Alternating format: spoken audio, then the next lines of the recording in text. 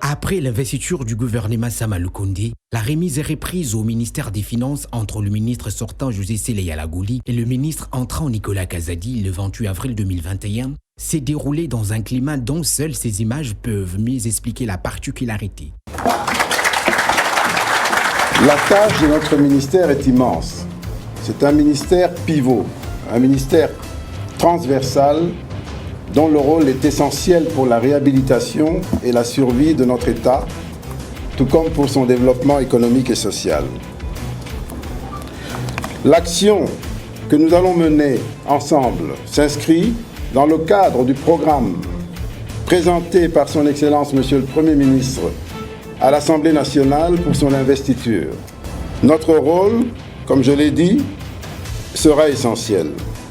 Nous sommes là pour servir, dans la logique de servir le peuple d'abord. Servir l'État sans s'asservir au pouvoir. Telle est la devise des compagnons du devoir. Je vous remercie.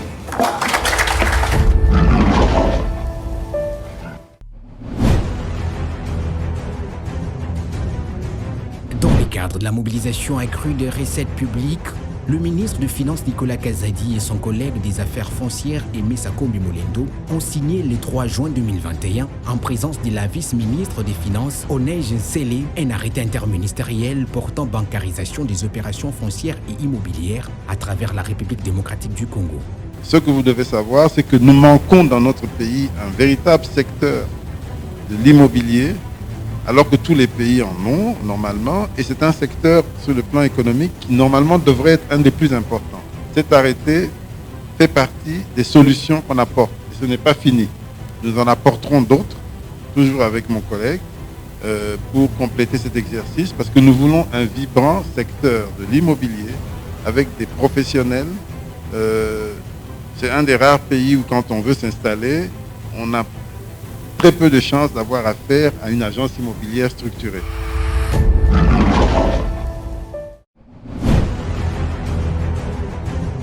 Toujours dans le but d'accroître de manière significative la mobilisation de recettes, Nicolas Kazadi a interdit à toute personne physique ou morale, à travers un communiqué officiel signé le 26 juin 2021, toute souscription à une assurance directe à l'étranger pour un risque concernant une personne ou un bien qui se trouve en RDC, en vue de stopper l'évasion des primes. Ce communiqué officiel, au fait, est un rappel rigoureux du respect de la loi numéro 15/005 du 17 mars 2015 portant code des assurances, en son article 286 d'une part, et d'autre part, c'est une ferme volonté et une préoccupation telle que prévue dans le programme du gouvernement de lutter contre la fraude et l'évasion des primes pour maximiser les recettes internes de l'État. La lutte contre l'évasion des primes est inscrite dans le programme du gouvernement de son Excellence Monsieur le Premier ministre Sama Lukonde, et cela en vue de répondre à la volonté du chef de l'État de faire de notre secteur d'assurance un secteur qui contribue efficacement au développement de notre pays et apporter le bien-être social à nos populations à travers les produits d'assurance qui existent.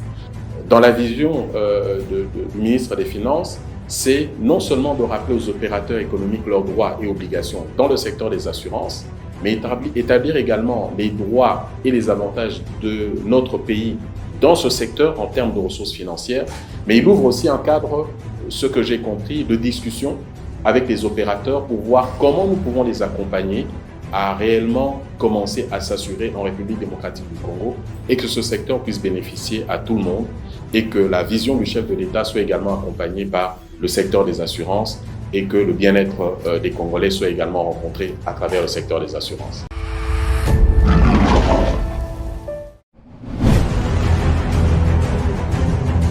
Pour cristalliser avec succès l'idée de renflouer les caisses de l'État, des contrats de performance ont été signés en bonne et due forme entre le ministre des Finances et les directeurs généraux des régies financières, la DGDA, la DGI et la DGRAD. Dans l'ensemble, la courbe de la mobilisation des recettes est demeurée ascendante. Pourquoi des contrats de performance alors qu'on est déjà en hausse? Justement parce que nous voulons structurer cet effort hausse. Nous voulons l'organiser, nous voulons l'ancrer dans la durée. une hausse, ça peut venir par période, ça peut aussi chuter. Nous voulons nous assurer que les efforts que nous faisons maintenant relèvent d'un travail systématique et minutieux. Nous voulons nous assurer qu'il n'y a pas seulement ces résultats-là qui tombent, parce que les résultats peuvent tomber. Sur le plan fiscal, il peut y avoir des événements qui produisent de grosses recettes, mais il faut que ça aide à transformer également nos régimes. Donc nous voulons que cette performance ait plus de profondeur et plus de durée, plus de durabilité. Raison pour laquelle c'est important de signer un contrat de performance. Nous sommes obligés à générer beaucoup de recettes. Et aujourd'hui, on s'engage. On a signé. Sur le plan psychique, ça, c'est vraiment une motivation. Et ça ne va pas rester à notre niveau. Quand nous allons rentrer dans nos services, on doit faire aussi la même chose. Vraiment, c'est une motivation. C'est un acte vraiment qui motive.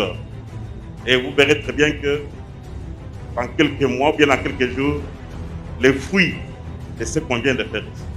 La première personne qu'on maîtrise, c'est soi-même. Ça va nous pousser à entrer au-dedans de nous pour voir qu'est-ce que nous pouvons corriger nous-mêmes au niveau de la DGRAC, qui peut augmenter même un petit rien.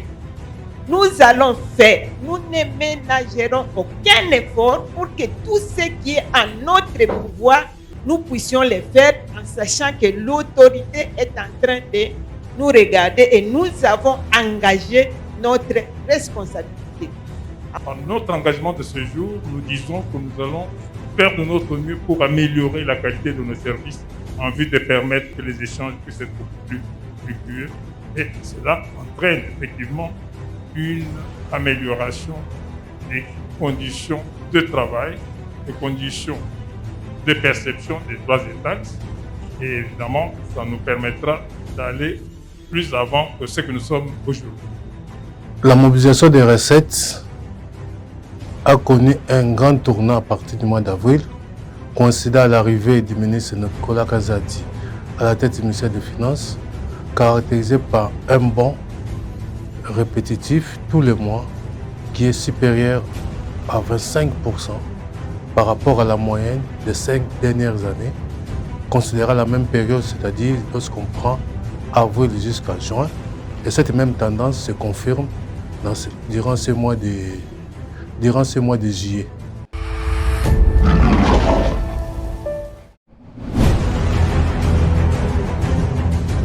En ce qui concerne l'apport des organisations extérieures, l'Argentine nationale a officiellement annoncé la conclusion du programme économique triennal avec le Fonds monétaire international au cours d'une conférence des presse. Le programme conclu avec le FMI n'est pas le programme du FMI, mais c'est notre programme que nous voulons faire valider par le FMI comme passage obligé pour renforcer notre gestion parce que nous venions d'un passé difficile sur le plan de la gestion macroéconomique. Nous avons comme objectif de croissance passé de 1,7% en 2020 à 4,9% en 2021, donc cette année, avant d'atteindre 5,6% en 2022.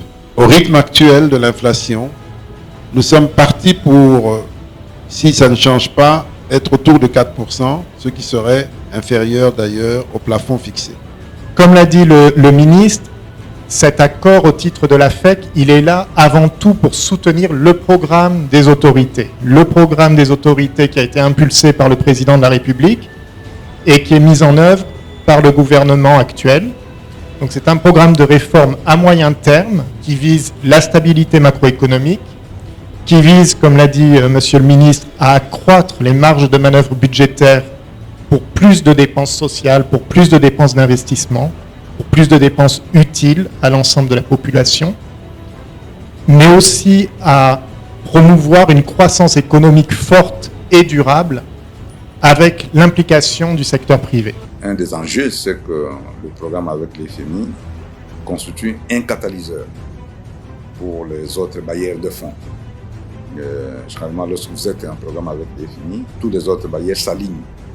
Et donc, il est espéré que le gouvernement puisse engranger d'autres ressources auprès d'autres bailleurs pour finalement atteindre les objectifs qu'il s'est fixés.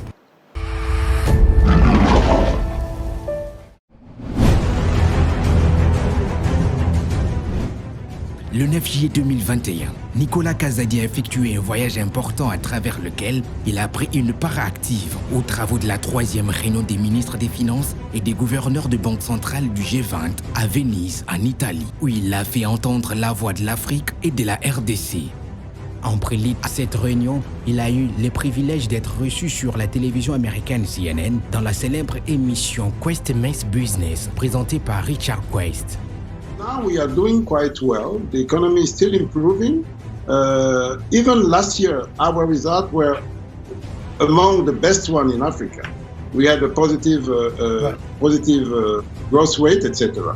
But now we are taking advantage of the increase of the price of raw material, specifically copper and cobalt, and we have good figures. The economy is going well. We are acting very concretely. We have key results coming, and the change was made by, since 2019 when, under the leadership of the new president Felix Tshisekedi, now we have concrete action against corruption. We have results. We have strengthened auditing and monitoring bodies. Now the justice is empowered. They are more free from political pressure. And we have some results that we have never seen in the country since decades. We can say that we are in a very historical moment in DRC with regard to fighting corruption.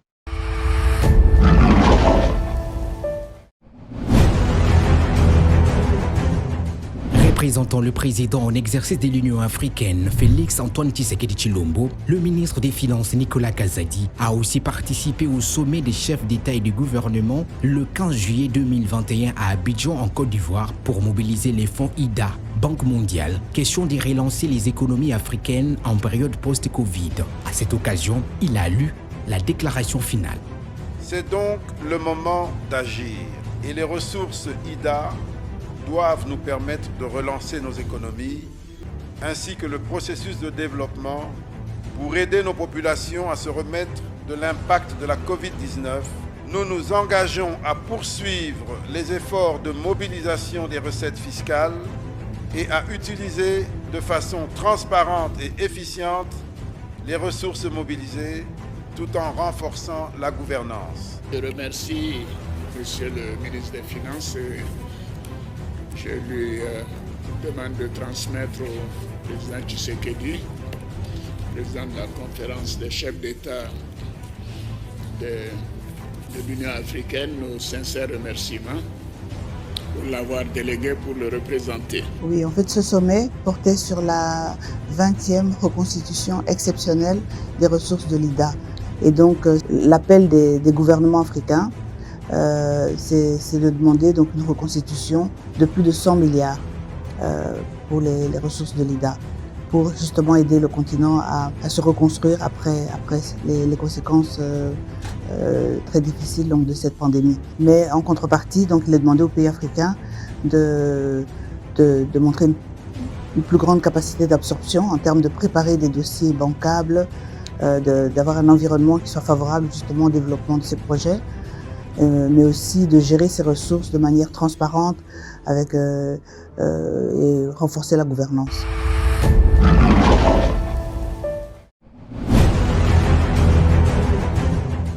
Le 17 juin 2021, le ministre des Finances Nicolas Kazadi et le directeur général de la BADEA ont signé un projet d'accord pour la protection des investissements dans divers secteurs.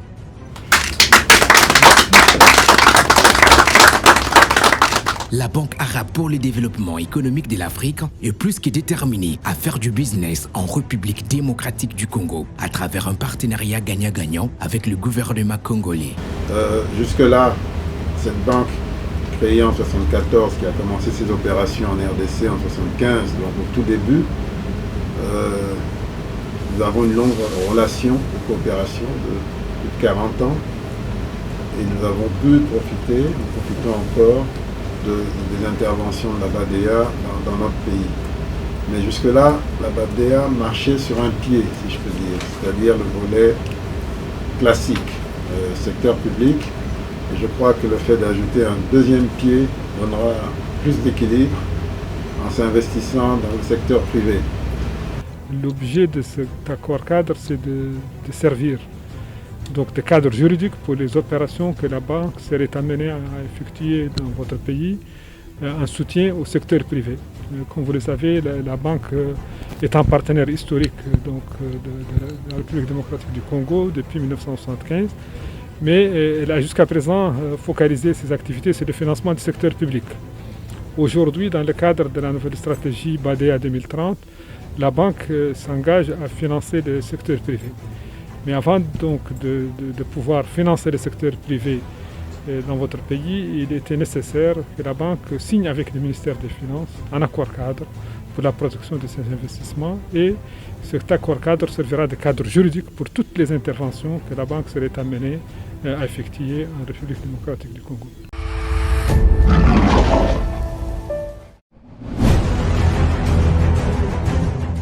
Au nom du gouvernement Sama Lukonde, l'argentier national Nicolas Kazadi a obtenu au mois de mai à l'Assemblée nationale et au mois de juin au Sénat l'adoption des 7 projets de loi de ratification des prêts de la part des partenaires au développement pour la réduction de la pauvreté en RDC. Il y a lieu de souligner à votre attention particulière que les conditions d'octroi de ces prêts restent conformes à la politique d'endettement extérieur convenue avec chacun des 5 bailleurs ayant contribué au financement des 10 projets. Je puis vous confirmer que tous ces prêts sous examen sont concessionnels. Ils respectent tant les normes de la politique d'endettement de notre pays, qui exige que chaque financement comporte une partie en dons et une partie en prêt, ayant une valeur pour la partie en dons égale ou supérieure à 35% du montant total du financement octroyé. Il a signé 3 accords de financement avec la Banque mondiale pour un montant avoisinant 950 millions de dollars américains, 2 accords, 2 conventions de financement avec l'AFD, l'Agence française de développement, pour un montant de 24 millions d'euros. Et il a fait ratifier 7 projets de loi de ratification au niveau du Parlement. Et tous ces efforts ont été couronnés par des documents. Au niveau du Parlement, les 2 chambres ont adopté en des termes uniformes. Ils ont adopté les 7 projets de loi et c'est passé au niveau du chef de l'État qui a promulgué. C'est passé également au niveau du journal officiel qui a publié et nous avons obtenu sur tous les 7 projets de ratification les avis juridiques. Les avis juridiques émis par le procureur général près le Conseil d'État. Et ces projets, une fois qu'ils seront décaissés, vont améliorer les conditions de vie de nos populations congolaises dans tous les secteurs qui sont concernés.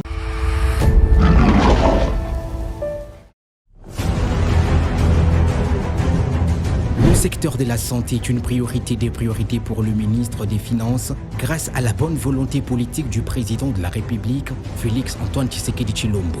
Nicolas Kazadi a décaissé dans les comptes du Trésor public en mi-juin 2021 une enveloppe de 17 millions de dollars américains pour les financements des vaccins traditionnels.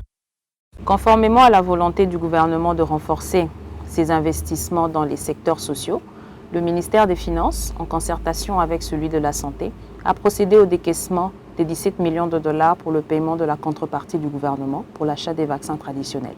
Ces vaccins traditionnels du type rougeole, tétanos, polio. Et ce paiement a ainsi permis de libérer l'appui financier de Gavi, qui est à hauteur de 61 millions. Mais non seulement a montré la ferme volonté du gouvernement d'accompagner cette action, et Gavi a par la même occasion doublé ce financement, donc nous a accordé une enveloppe supplémentaire de 61 millions de dollars. Ici, l'objectif est d'augmenter la courbe de vaccination sur le territoire qui est déjà en nette amélioration. Il est passé de 2018, 35% à 53% en 2020, avec objectif de passer au moins à 80% pour cette année et les années à venir.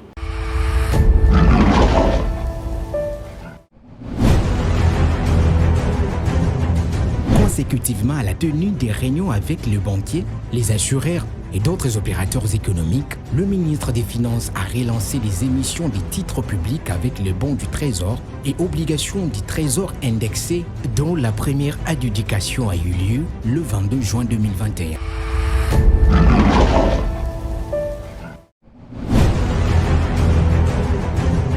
Pour une meilleure gestion des déchets dans la ville-province de Kinshasa, le ministre des Finances Nicolas Kazadi a signé le 24 juin 2021, en présence de la vice-ministre des Finances, un accord de financement avec le gouverneur Jontini Ngobila pour une enveloppe mensuelle de 2 millions de dollars entrée en vigueur au mois de juillet. Maintenant, cet argent n'est pas de l'argent que nous donnons sans contrepartie. Et l'engagement a été pris par le gouverneur. Il faut que cet argent soit suivi. Le gouverneur va déposer au gouvernement un cahier de charges qui définit de manière détaillée comment cet argent va être utilisé. Et il a pris l'engagement écrit de rendre compte tous les 2 mois de l'utilisation de cet argent et des progrès réalisés dans l'assainissement. Quand il rendra compte, on communiquera pour que les contribuables, la population quinoise, soient au courant des efforts qui sont faits pour améliorer son assainissement. Aujourd'hui, c'est un grand jour pour la ville de Kinshasa. Le gouvernement de la République, à travers les ministres d'État, le ministre du Budget, ainsi que le ministre des Finances, et moi-même venons de signer un protocole d'accord, pour financer les travaux d'assainissement de la ville de Kinshasa.